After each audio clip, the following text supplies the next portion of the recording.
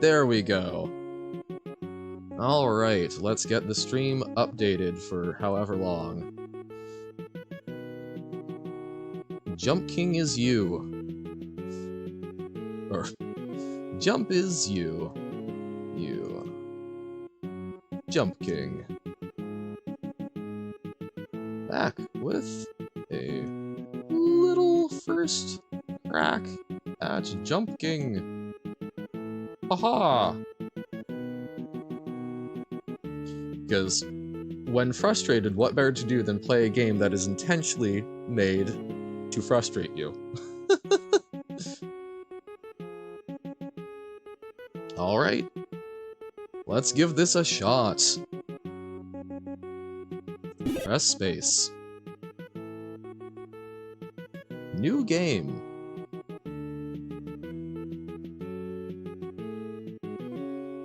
Game capture. Okay. New game. Legend has it there's a smoking hot babe at the top. Okay. You have heard the legend too? So you're gonna get that babe, right? I like how I jump in agreement. Go on then, get up there. Hehehe. Yes? Okay. I have seen people play it, I'm vaguely familiar, but I have not messed around with it at all, so I'm vaguely aware of the sections. Okay. Oh dear. So it's... I know that the control... Okay. I know that the control scheme is the longer you hold, the higher you jump. But, okay, it looks like there's a maximum? Oh dear.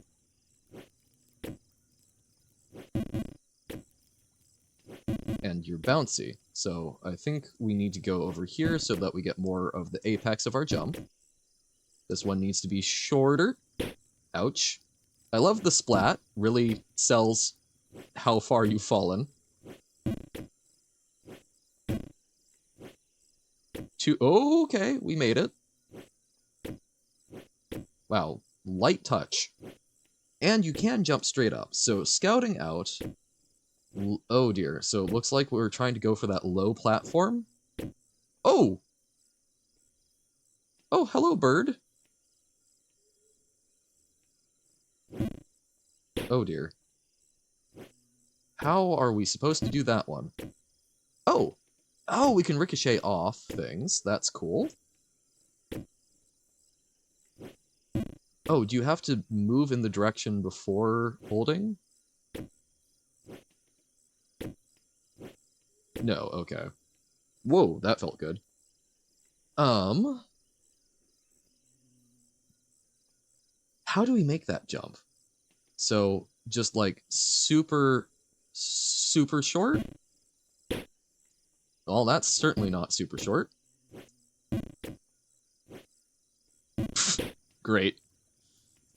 Oh, right, and we need to be further over. Yes. Okay. Darn. So, we need... Wow, great. Having a great time already. So I think we're just trying to make like a super short jump to get between the platforms over there. Oh, okay, so you can kind of shortcut that. Yes, okay, just very tiny jump. And don't overjump there because you can ricochet off. Cool. Cool, cool, cool, cool. Little jump. Nope. Oh. Oh, you get a lot more distance than I'd like sometimes. Cool. Okay, little jump. Not too little jumps. So this is a game that is very much not my typical style. I am someone who typically likes to do strategy games. I love trading card games. I am not someone who is typically a let's do something that's a skill testing thing. Undertale, I think, was kind of the first game that I've played in a very long time that has been in that vein, and I'd seen people playing JumpKing, and it looked like a kind of fun way to chill out and build experience and resilience. I have played Balatro. I have even streamed some Balatro. And I will probably stream more Balatro in the future, because I have just recently moved to a new stream format, where I'm going for just... Previously, I was doing it morning game, which is magic. Oh dear. You caught a fairy the other day. Good for you. Not currently, sir. I'm a little worried what your fairy is going... Okay. Very rude. So typically, I was starting off 10 a.m. playing some Magic the Gathering. I tend to prefer draft, but I'm currently in a phase where I'm getting to noodle around in standard a bit. And then I took a break, ate some food, came back at around 2 p.m. to play sort of an afternoon game, something that was maybe more story-driven, or a game that was in my backlog that I'm trying to get to, like Baba. Baba is you. Too short. But now what I'm doing is I'm just sort of streaming from 10 to 3 p.m., obviously going a little late today, my first day doing it. Just so that I can kind of go more based on vibes, try and fit some stuff in, because, look, I don't want to be a Baba is you exclusive streamer, so we'll get to the point where we can hopefully just hop in, do like a level or two of cool levels that folks have made, and also do some other stuff. So yes, Balatro will probably sort of be taking place middle of the day, middle streams, in the future.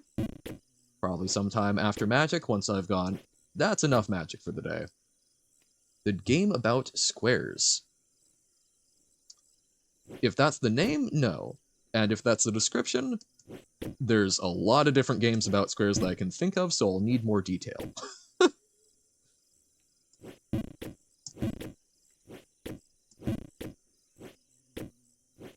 It's the name? No, I have not come across the game about squares. But I enjoy things that have deceptively simple titles like that. Okay, I will keep that in mind. I've got quite a few things in the backlog at the moment, but I am always trying to keep an eye out for decent sales for more things to pick up. Oh. Okay. If I can get out of... I remember that there are, like, sort of sections. Oh, browser game? Alright. I think my goal is if I can get out of Forest, I will call that good for the day. That will have been enough of a break from Baba that I can move on and feel good about things. Maybe not great about things. I do love the splat. That honestly adds a lot to it for me. It's a very small, simple thing, but it adds gravity.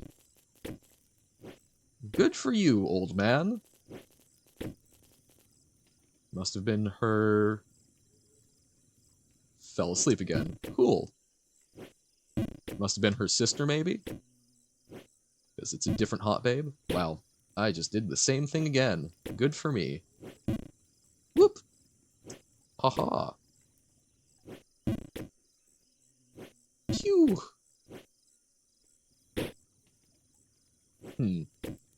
Okay. I love the pixel art. Pixel art is something that is my preferred art style. It's one that I still need to just work on my art in general. I've been kind of slacking on that. I did a couple of art streams early on, and then just realized that I'm kind of not at the place... I'm not at a great place for trying to show off art, because I'm still learning so much of it. I don't mind showcasing it for, like, a little point of time, because I think it's cool to... I think we very often see artists in a fully fledged state, and it can make it kind of hard to remember that, hey, they start somewhere, right? But can you make your character? I mean, can you draw the little ink blob that I am? You are absolutely welcome to. I have no issues with that. But yeah, so, you know, it's something where I would like to try and do some more art streams. Gives me a little more practice time. I don't mind showcasing it, but I think I need to get a little more. I'm at the point where I get very easily frustrated with it, and putting frustration on display can be. I think that's an important thing to be out there, but I also am not at a great point for managing it, so I'm not comfortable with it yet. Whoop! I say playing JumpKing and having been frustrated with Baba, but, you know, it is what it is. Wish that you were young again? Perhaps. Wah. One of my goals that I keep trying to get around to each day, and I'm hoping I will get to this afternoon, is I want to make a little, like, pixel art title card. Give something for that when the streams are coming online. Whoop! I keep overjumping that. Still also and talking to one of my friends who does some music composition, trying to get some BGM. It's fun. It's helping me try and push forward in life a lot, and that's why I'm streaming, right?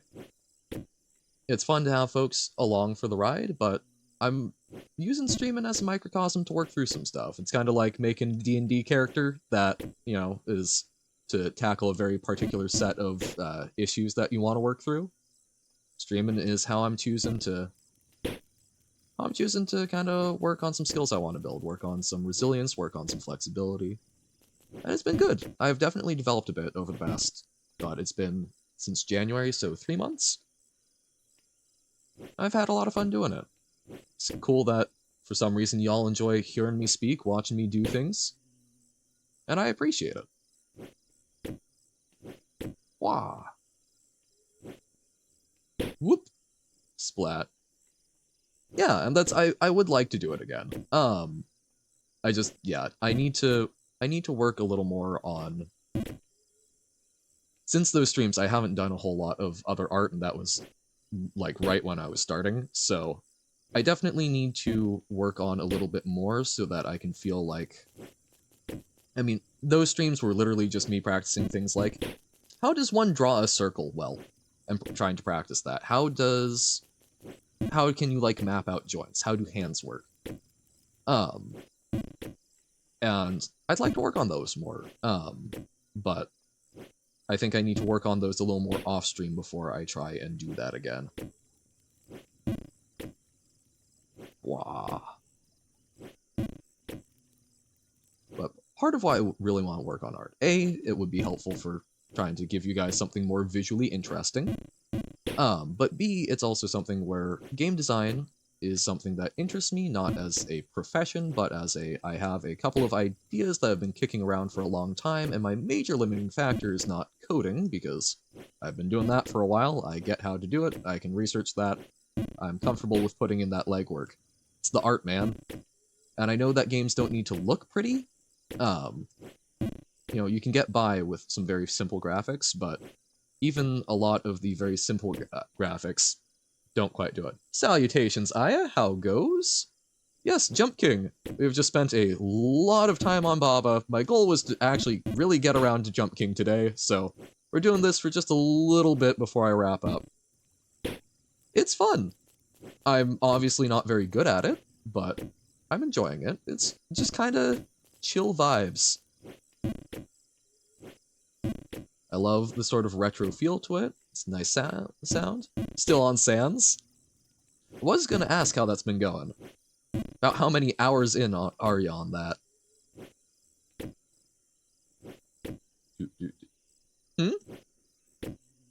Okay, fair enough.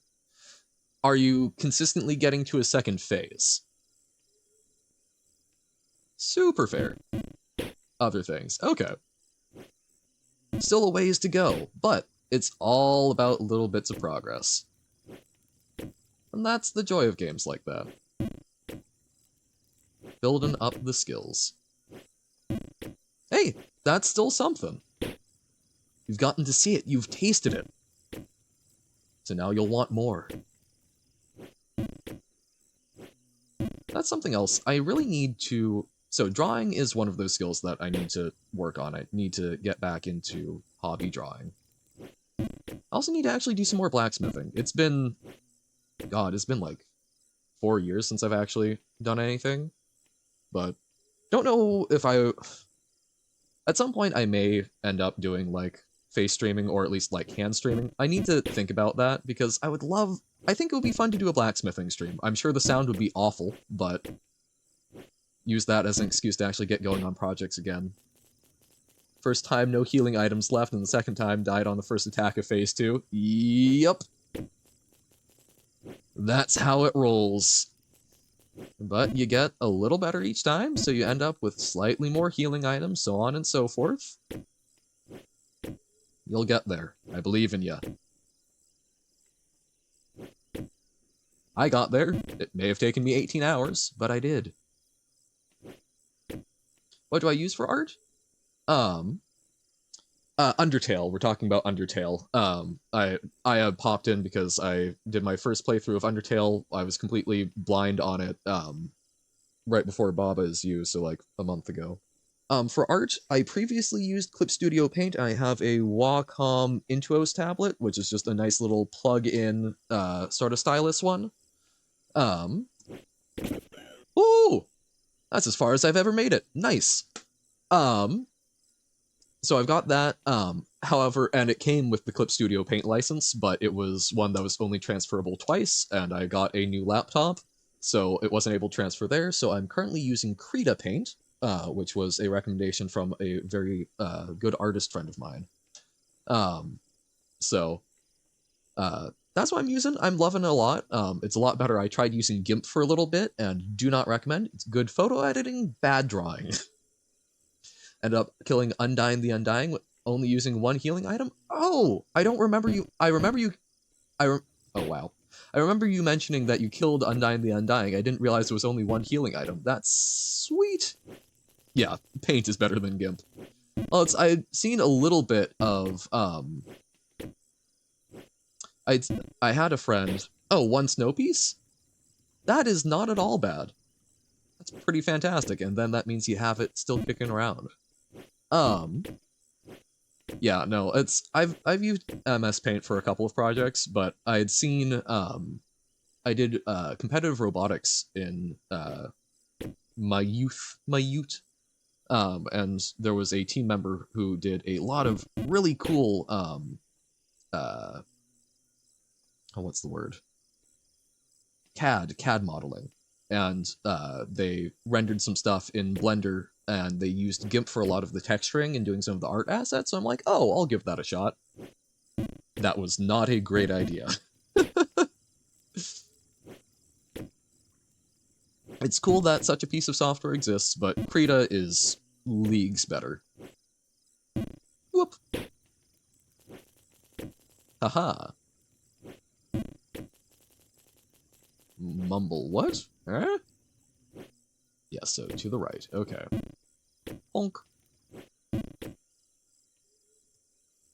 I do also sometimes do pencil and paper. I do less of that, but because I've gotten kind of used to using layers, but sometimes I just wanna doodle stuff. Well, you might have. I remember you saying that you beat Undyne the Undying. I didn't remember it being with one healing item. I might have just blanked on that, but that's pretty impressive. No, I think that's kind of true of every Adobe product, right? Good software, not good pricing. You know, just a nice little perpetual license. Womp. There we go. Aha. Yes. Hell yeah. Procreate for art, but don't use it much? I haven't come across that one. I said I would go until we got to a different zone, but I want to push a little longer. So, oh god, oh, I was trying to gesture with my cursor, and then I almost just pointed at the screen. So, we want to do a little jump. Ouch. Yes, so that's, I'm trying a new streaming format.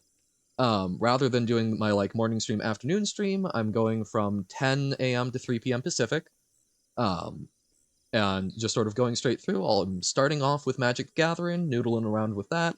Then when the vibes sort of wear off, move on to, I'll do a couple Baba levels. Maybe I'll do some Balatro runs. Maybe I'll do my daily Wordle. I don't know. Just sort of mess around, see what we're feeling, have some fun, switch around, and then switch to afternoon game, which I'm, for the time being, I want to beat JumpKing. So that's the current thought. Doop doop doop. So yeah, we just want a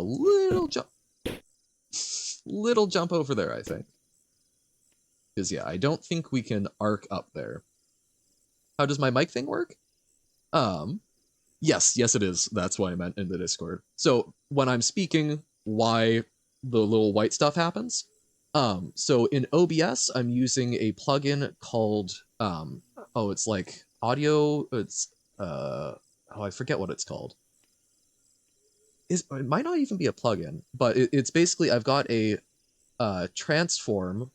I've made a white copy of my little ink blob self, put it behind as a layer, and then I've got a transform on it so that it scales up within certain bounds while I speak. If that's something that you're interested in, I can try and dig up the tutorial later on, and I can like whisper that to you at some point. It's not that hard. I was looking at doing Live 2D and VTube Studio, but I psyched myself out because, you know, it's only a temporary free trial, and I wanted to just get streaming and not worry about sort of using up that resource, because I might redesign and want to do something more, and I'm not planning on making a whole lot of money off of streaming. Yep, not yet. Technically just a PNG tuber, but oh, okay, yes, very tiny jump. Too much jump. But yeah, no, I'm still figuring out what I want to do. I'm someone who is a little paranoid about internet privacy, so I don't want to do face cam. I might get over that.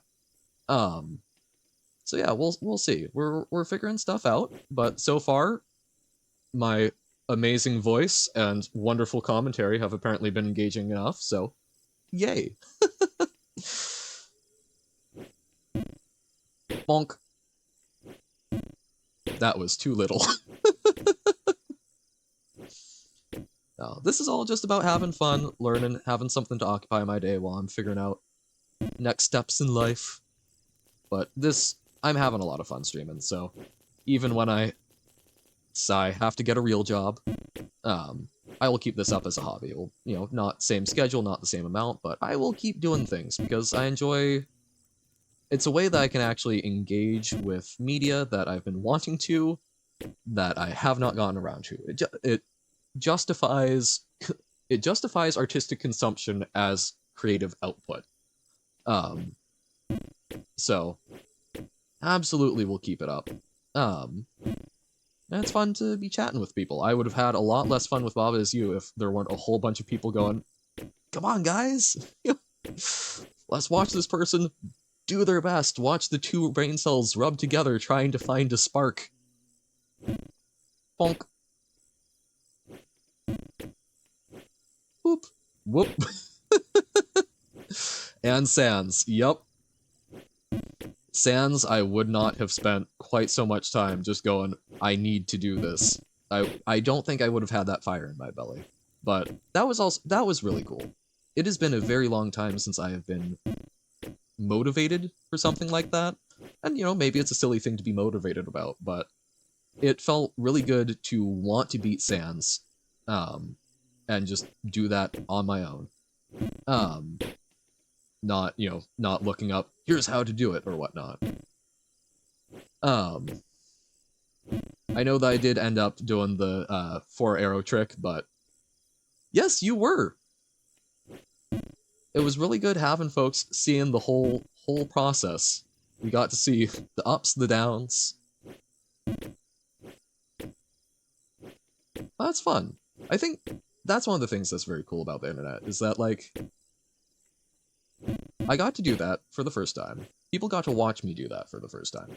And now it's preserved on my YouTube channel so that I can go back and watch the first time that I did that. I don't know if I'll ever do it again, right?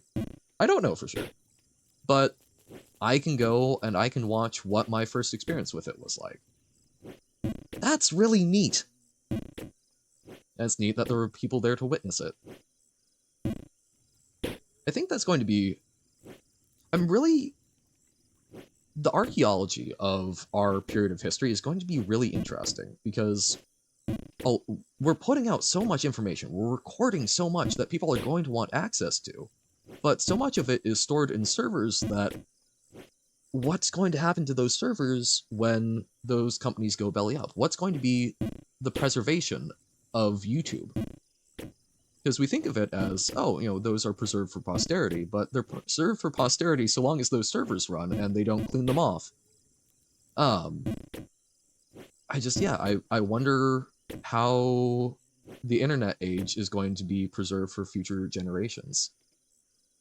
So is your character a dark void, or if there was a light shining above, would you see light on the head? So conceptually, I'm a little blob made out of animated ink. I guess like the base concept came from Magic the Gathering. A few years ago had a set called Strixhaven, and one of the Ghost of the Ink. One of the schools there were called the Silver Quill, which used like animated ink spirits called Inklings to move around. So that was kind of what I was going for. I'm not a great artist, so it's very basic, but so the mechanics of that, and I believe they do have light shining on them because they are physical ink, but there is an animus to them. And therefore, I am physical ink, but there is an animus to me. Womp. So, not just void. I look like the void because I didn't do any shading. But yeah, I'm very curious to see how, like, you've got the Internet Archive, right? Or the Wayback Machine, that's what I'm thinking of.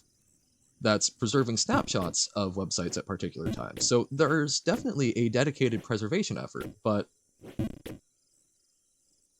I'm curious when things are disconnected, right? Like, are we just assuming that we're going to have that project continuing into the future, that there's going to be an unbroken chain of continuity?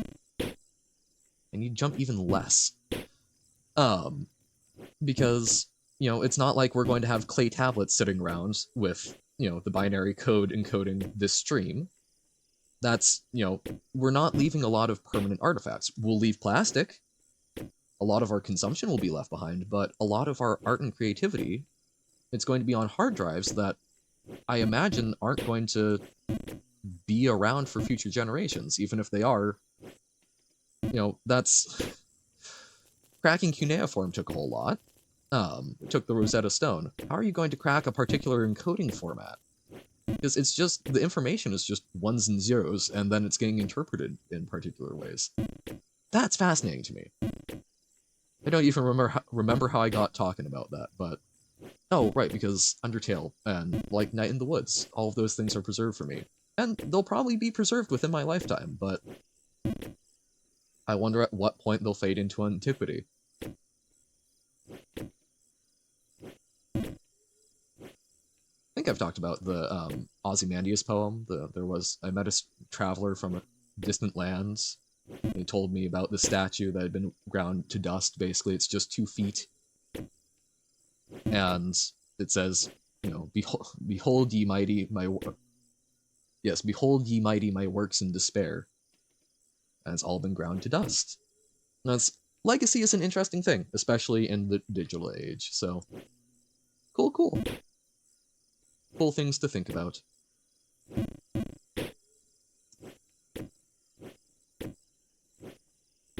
There we go. Too short? No! So there is absolutely a sweet spot there. Darn.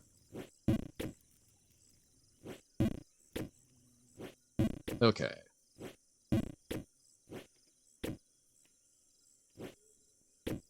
Womp. Womp.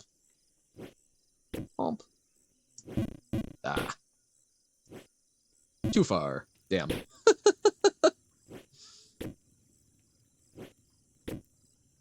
Wait, why did I jump left? I know how that goes. Boop. Yo, speeder. Speeder? Speedy speedster speeder. Ah, I love when brains do that. Haha. So it's just like a fraction of a second hold.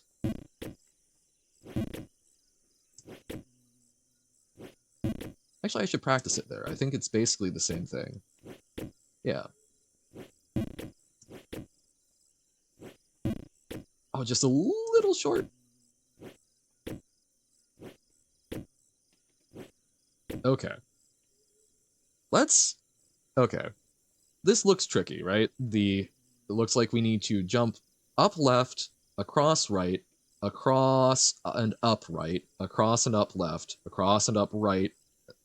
Okay, there's a platform, so it's a little wider landing area. Then we gotta do something there. So I think if we can get there and we can look at the next screen, I will call it good. Because I do need to do the things. Take care of the self. Ouch. I'll need... I don't think I actually ate this morning. I should probably do that. I think that's going to be the biggest thing with this schedule is sometimes I just have trouble actually bringing myself to eat in the morning, so we'll see. Oh, too far.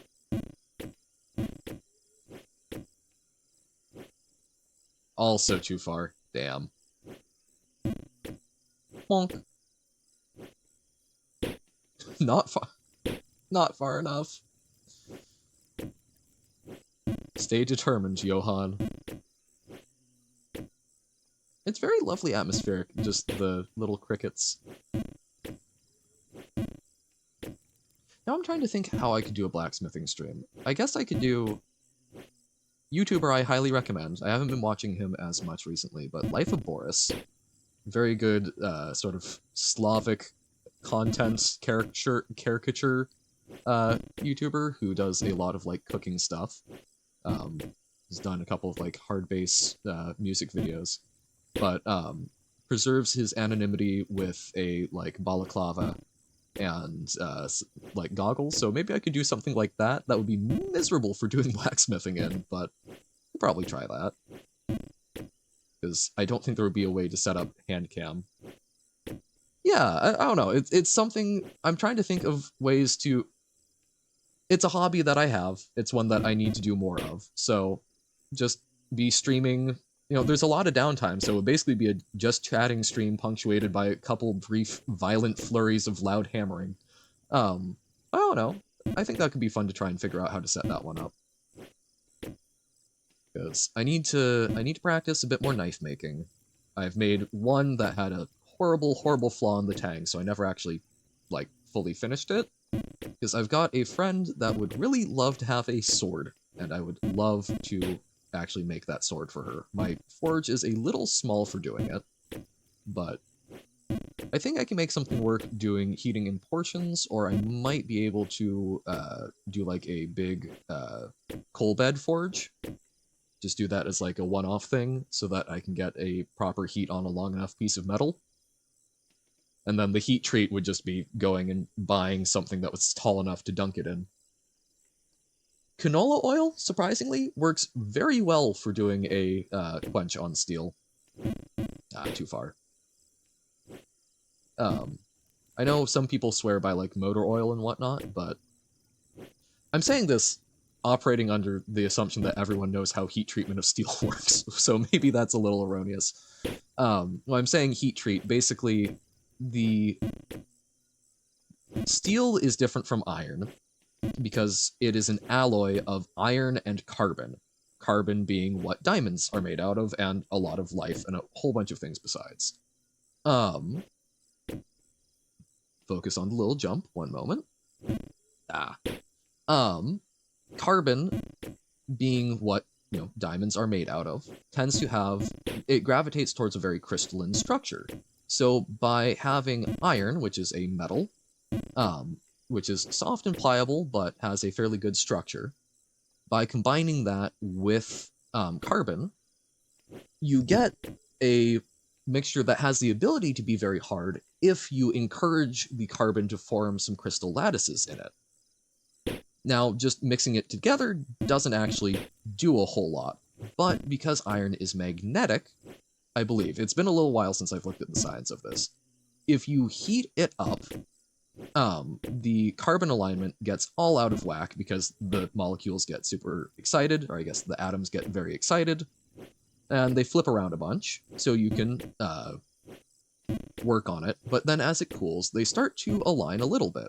However, if you just let it air cool, they don't align as much. It's the speed of the cooling that causes them to align. So basically, if you force them by, say, dunking the hot steel in water, cool it very quickly, because it's water conducts heat far better than air. Air is actually a very good insulator. Haha, little jump made. If you do that, it forces the carbon crystals in the steel to align in a much more crystalline pattern, which adds a lot of hardness to the material that you're working with, which is how steel can hold a blade, or hold an edge. And that's why steel is good. Ah, damn. But you can, you don't want it to cool too quickly, because if it cools too quickly, there's a lot of stress in all of those carbon atoms realigning, and it can cause the blade to snap. So typically you don't actually want to quench in water, because water will cool it very quickly. You cool it in something that's flammable, which sounds like a terrible idea, but you quench it in something flammable like oil, because it will cool it more quickly than air, but at a certain temperature, it bursts into flames and isn't cooling as much, because the energy is going into, basically it's not able to absorb more, it's just turning into smoke and fire, because it's combusting. So it allows you to cool the steel quickly enough that it forms the crystal alignment, but not so quickly that it forms the crystal alignment in a way that makes the blade brittle. And then after all that, you typically want to reheat it a little bit and then let it air cool so that they're just a little disarrayed. Because if you make it too hard, it is, as I mentioned, brittle and will snap with any duress. So, you're cutting onions and then you hit the angle slightly wrong and suddenly your knife snaps in half. Unpleasant. So yeah, you let it air cool after heating a little bit, so it's a little more disarrayed in a process called tempering. And that gives it a bit more flexibility so that rather than snapping in your onion, it simply bends a little in your onion and can bend back. So that has been Metallurgy 101 with Johan. Poorly explained chemistry. Ah. Thump. Bonk.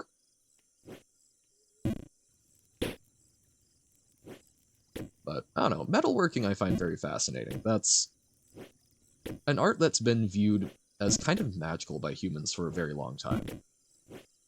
From, bronze to iron to steel. Although the Iron Age is often really the Steel Age, but, well, I guess that's not entirely fair. We had iron tools, and then in the... Oh, when was crucible steel first made? I forget. Because it's different points in different times in the world, and you had, like, this weird case of, like, the Eastern world tended to develop, at least, like, crucible steel, before the Western world, but you had this, like, anachronistic set of, like, 20 swords that were made out of actual proper steel, called the Ulfbert swords, because they were all engraved with the sword maker's mark Ulfbert, that were in some of the Nordic countries, and I believe a couple ended up in England, because the Silk Road let trade go all the way from China over to basically Europe, and allowed one smith to get his hands on what was basically this magical substance that let their swords bend rather than break, which I find historically very neat as well. Mump. Okay. Focus, Johann. You've got this. Nope, not if you jump straight up, you don't. Ah, the little love tap didn't work. Too much? Too little.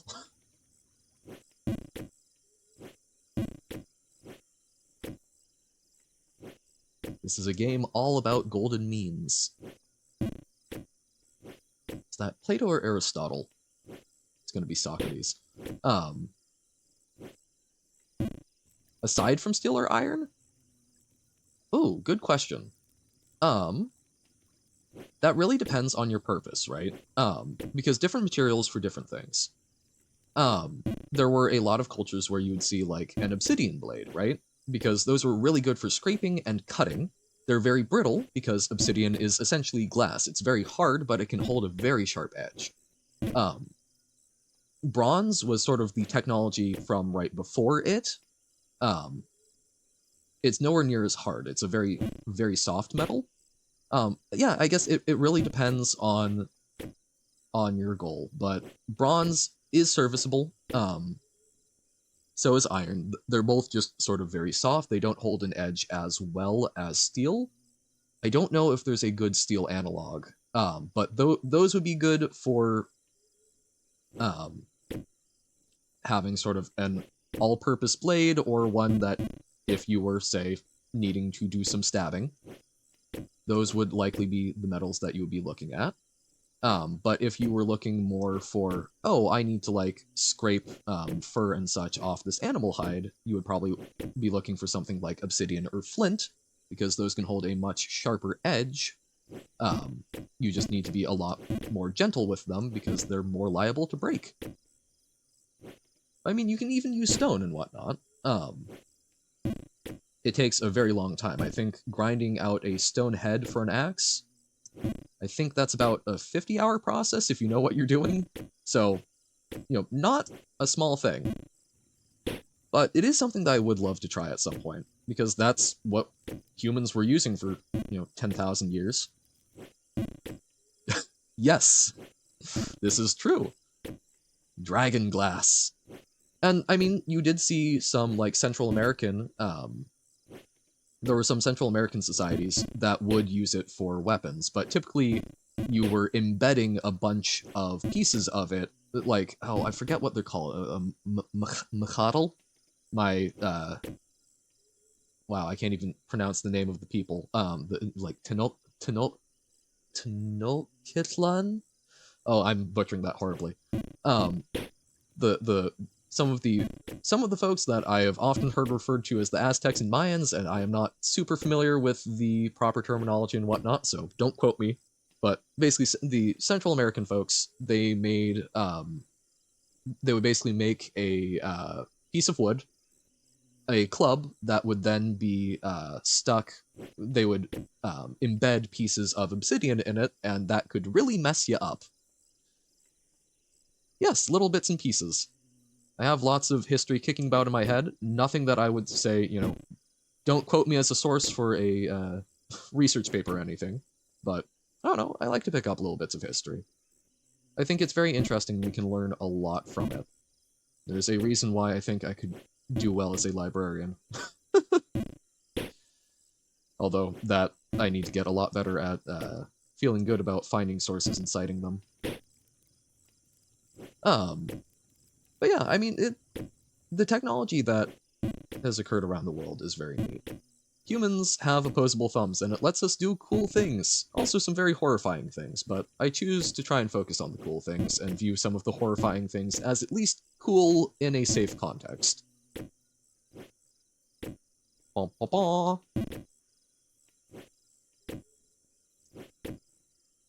But yeah, flint content napping is something that is very interesting, because to try and get... Yeah, and librarians, it really varies, right? That's true of every profession. I'm sorry that you do not have good librarians, because that sucks. People should have good librarians. Wow, I was thinking and just jumped without thinking about the jump. Oh no, libraries, I think, are a critically underutilized resource in the modern day, because I don't see a lot of people talking about actually making use of librarians so much as making use of the libraries for what's in them.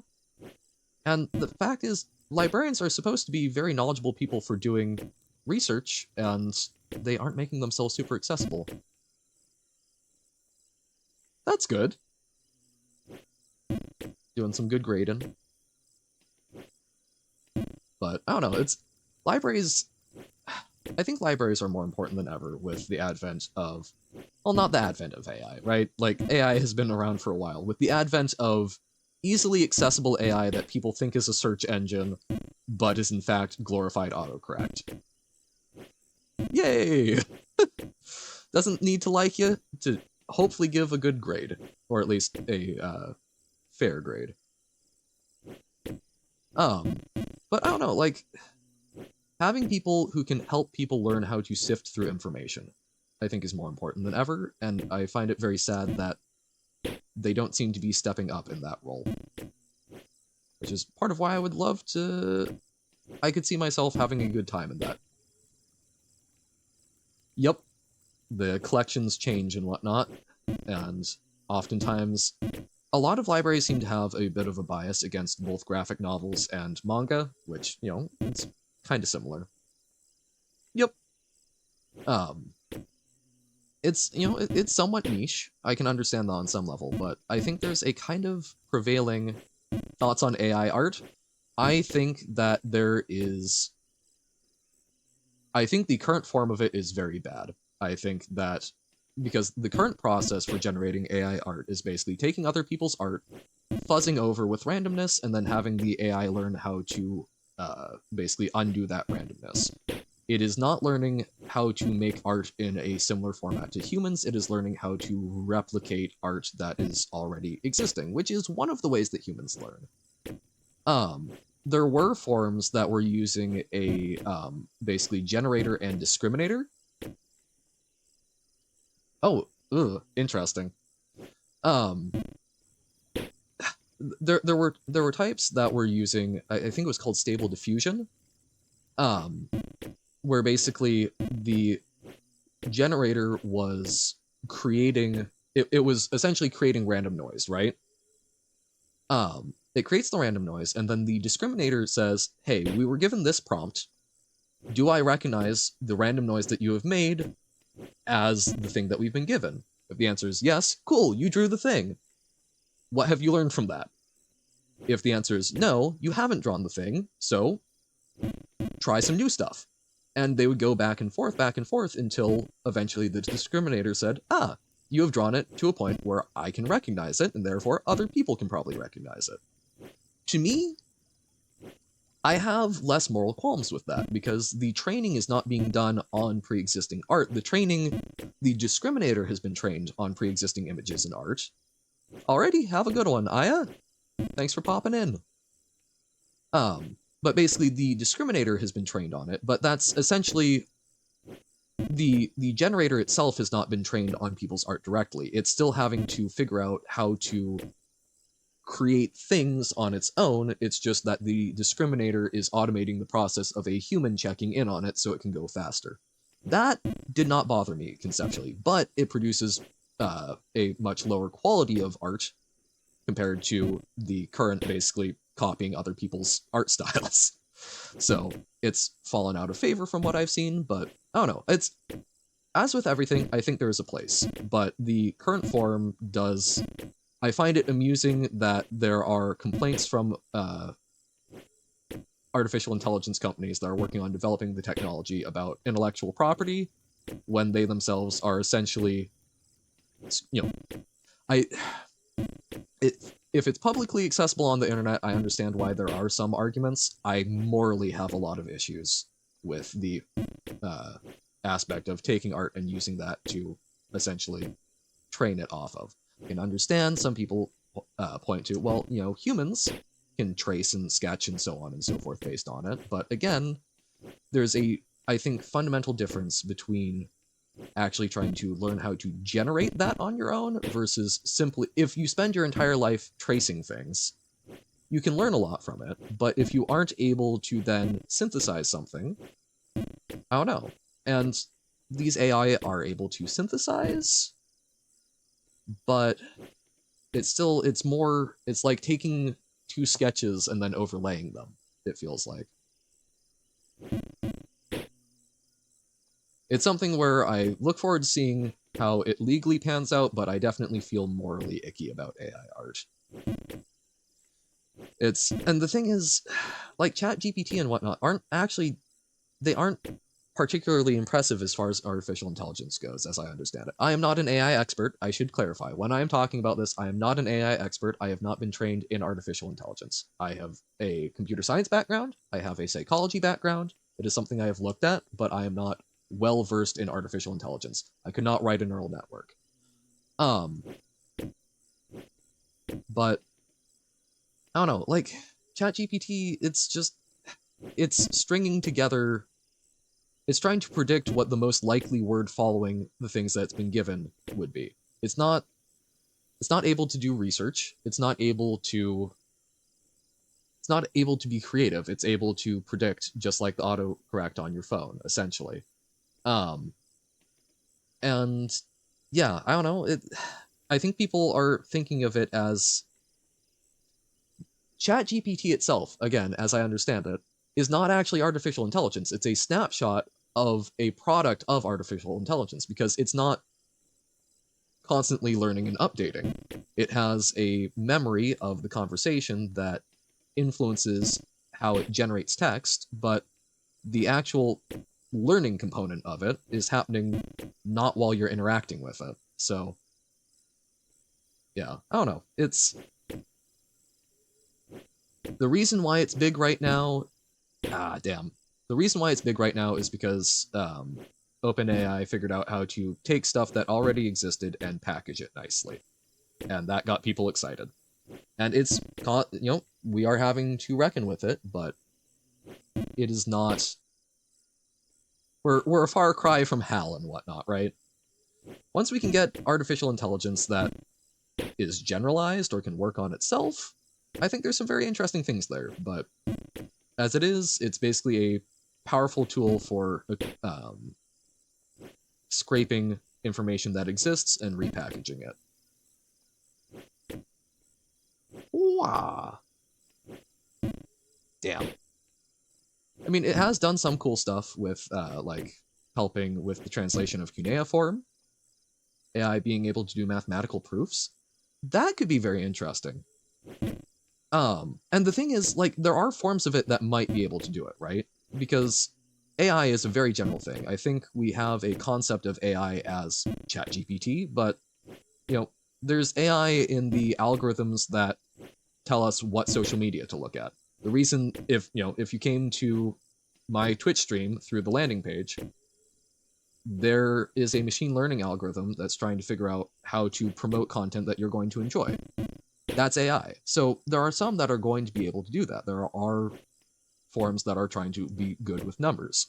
ChatGPT, very far off from being able to do mathematical proofs because it doesn't understand numbers.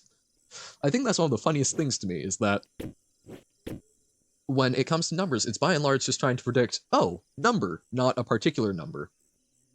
Greedy artist argument? Of basically, they're just trying to hoard it to themselves. Yeah, no, I think that is BS.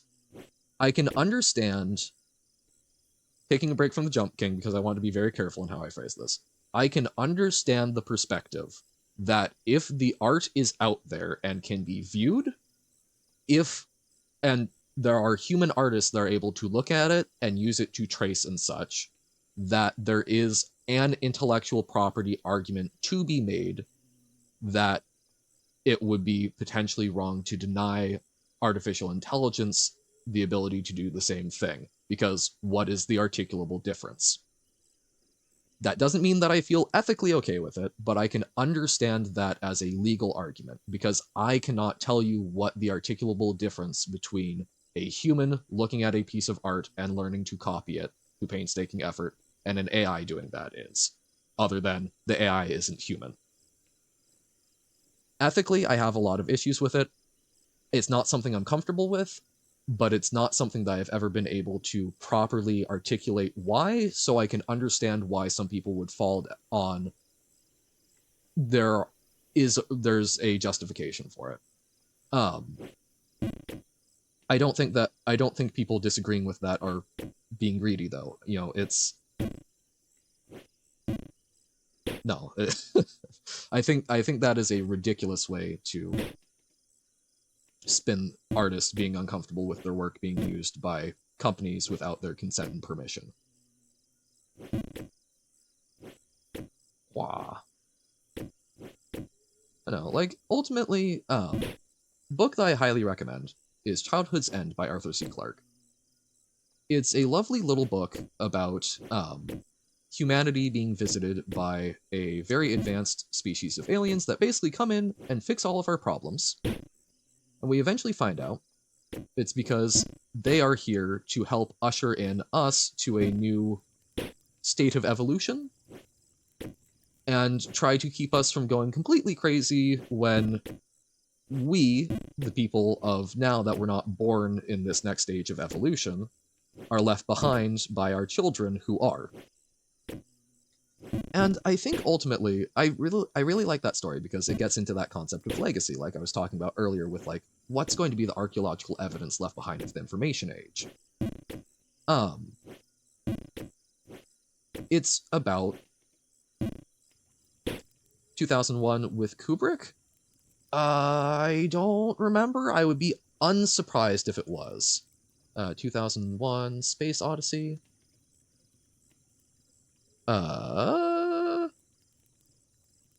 Novel. Yes, Arthur C. Clarke. Yeah, Arthur C. Clarke is one of the big three sci-fi authors, along with Heinlein. It's Heinlein, Clarke, and Asimov. Wow, I really like Asimov. Why was that so hard? Asimov is actually a really great author to read about for artificial intelligence. That is actually something that genuinely frightens me. I have friends who have been taking AI classes, like that's their particular comp sci focus, who were unfamiliar with the concept of Asimov's 3 laws of robotics. The fact that that isn't basically required reading in the fact that that isn't required reading in some artificial intelligence classes, let alone just in general in the modern day, scares me. People should be reading iRobot. It's important. Oh, what are the 3 laws again? It's through Penrose? It's a familiar name. I have heard Penrose as a mathematician, but I can't place exactly just by Penrose who you're referring to. Oh, while that's getting typed out, finishing my prior thought of Childhood's End. It's a very good book dealing with essentially the concept of humanity as a species having children, what comes after, what our legacy is. And I think the reason I bring it up is because I think ultimately AI is going to be our legacy. I think AI is going to be what goes beyond us, because I think it is going to be able to evolve and adapt much more quickly than us. I think it also has some advantages in it's going to have fewer engineering challenges for going, beyond the stars. So, I don't know. I hope that we are able to figure out artificial intelligence and to be good parents to it. Is my less about the current practical technology, but with an eye towards the future once we've got quantum computing that helps us train it more quickly, so on and so forth. That's what I'm hopeful for. Penrose. So I'm like, my brain's saying like Arthur Penrose, but I don't think that's quite. He's a mathematician. Wrote popular books about AI. Okay, I did not know about that. I should take a look at that. I've got a very long reading backlog, but I'm trying to get into the habit of actually just exploring more stuff again. So I will try and take a look at that. I still need to work through. I want to actually build a neural net from scratch just to get a feel for it, because I understand the general principles of it, but I do a lot better when I can actually like dig in and mess around and tweak it, understand how a particular neuron works, and so on and so forth. I'm not going to be able to get the math behind it, probably, but I need to go and revisit and get my head around linear algebra and whatnot. But right now I'm reviewing stats because that's also very important and something that I've mostly forgotten. Linear algebra is going to be important though, because quantum computing, a lot of that is reliant on that, and that's going to be a very big part of the future, as well as involved with AI, I believe.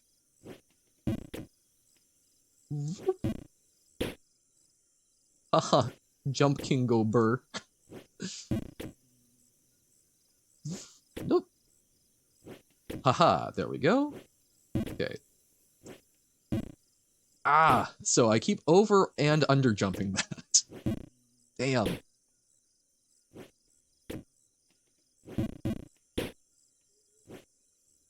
Ah.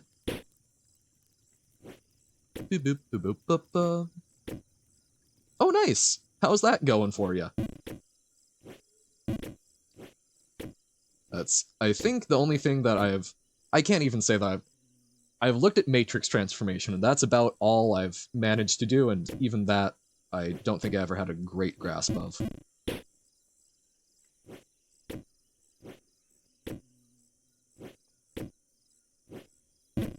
Wow. Bum, bum, bum. Damn. Okay. I know, 2 blue, 1 brown, I think.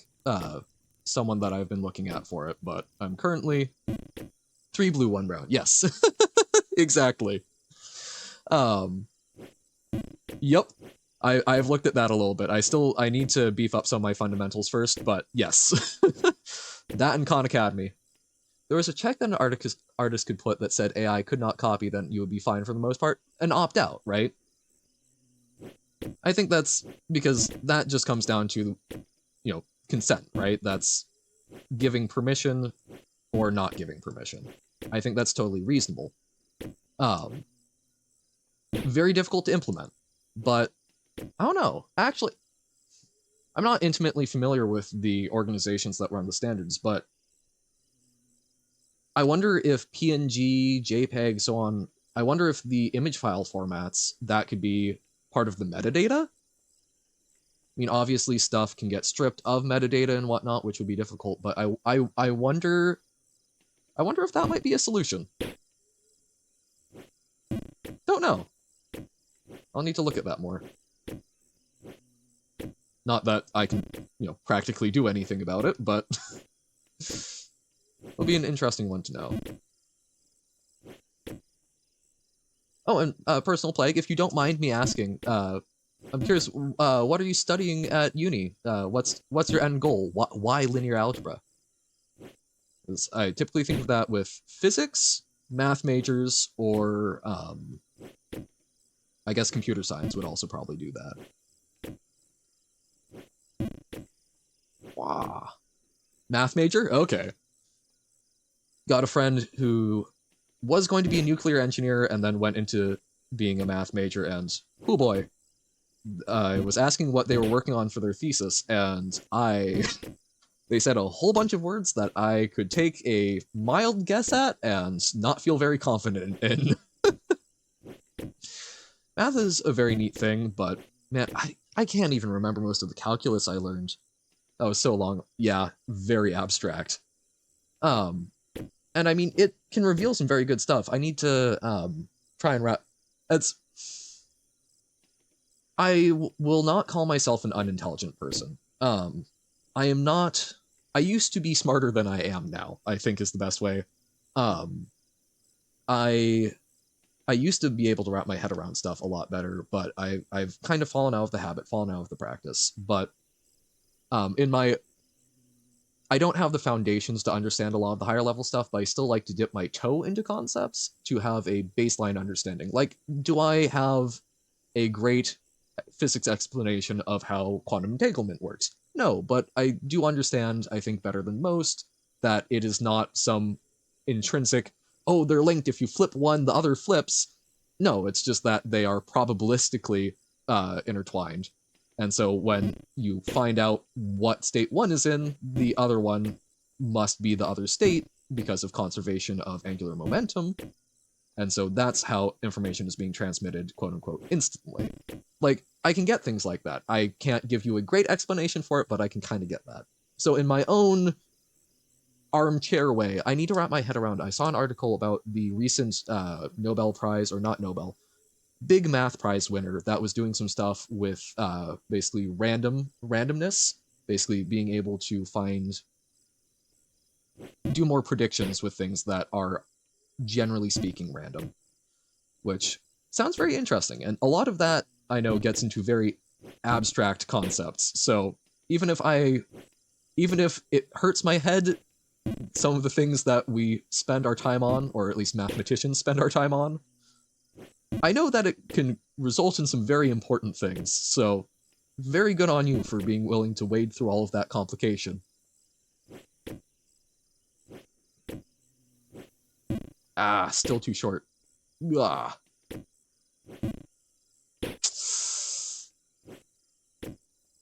Wah.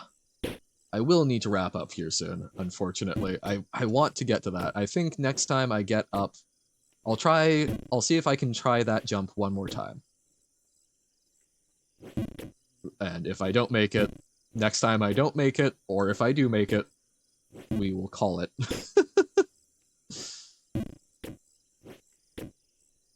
Wah.